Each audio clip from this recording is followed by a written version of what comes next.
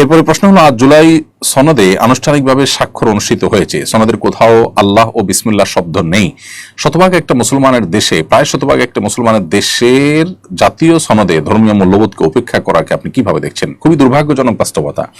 জুলাই সনদে অনেক সত্যকে এড়িয়ে যাওয়া হয়েছে। জুলাই আন্দোলনের পেছনে মাদ্রাসার ছাত্রদের ভূমিকা, ধার্মিকদের ভূমিকা, ইউনিভার্সিটিতে বিশেষ করে আল্লাহতে বিশ্বাসী, আখিরাতে বিশ্বাসী মানুষদের ভূমিকা, ধর্মীয় মূল্যবোধের বিশেষ ভূমিকা, আল্লাহর জন্য প্রাণ দেওয়ার যে প্রেরণা, এগুলোর যে ভূমিকা ছিল সেটি দিনের আলোর মতো পরিষ্কার এবং স্পষ্ট।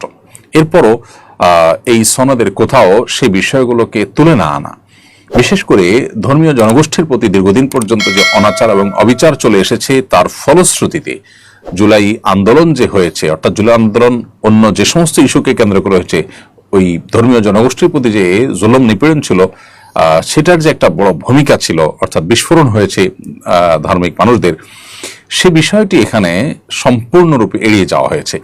এবং সেই সাথে মুসলিম সংখ্যাগরিষ্ঠ একটি দেশে আপনার ধর্ম থেকে দূর করার যে একটা প্রবণতা দীর্ঘদিন থেকে আমরা দেখে আসছি, সেটা দুর্ভাগ্যজনকভাবে জুলাই সনদে আমরা দেখেছি। খুবই আপত্তিকর একটি বিষয়।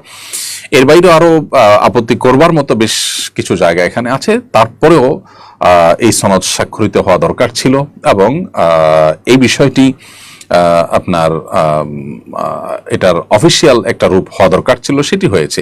বাট এখানে যে অতৃপ্তিগুলো বা এখানে যে অপ্রাপ্তিগুলো বা অপূর্ণতাগুলো আছে, ত্রুটিগুলো আছে, সেগুলো কারেকশন করবার সুযোগ ছিল, কারণ এগুলো অনেক আগে থেকে বলা হচ্ছিল, কিন্তু কোনোভাবেই যেন তারা কানে নেয়নি। এই জন্য আসলে জুলাইয়ের যে স্পিরিট আছে, সেই স্পিরিট দুর্ভাগ্যজনকভাবে দিন দিন স্তিমিত হতে যাচ্ছে।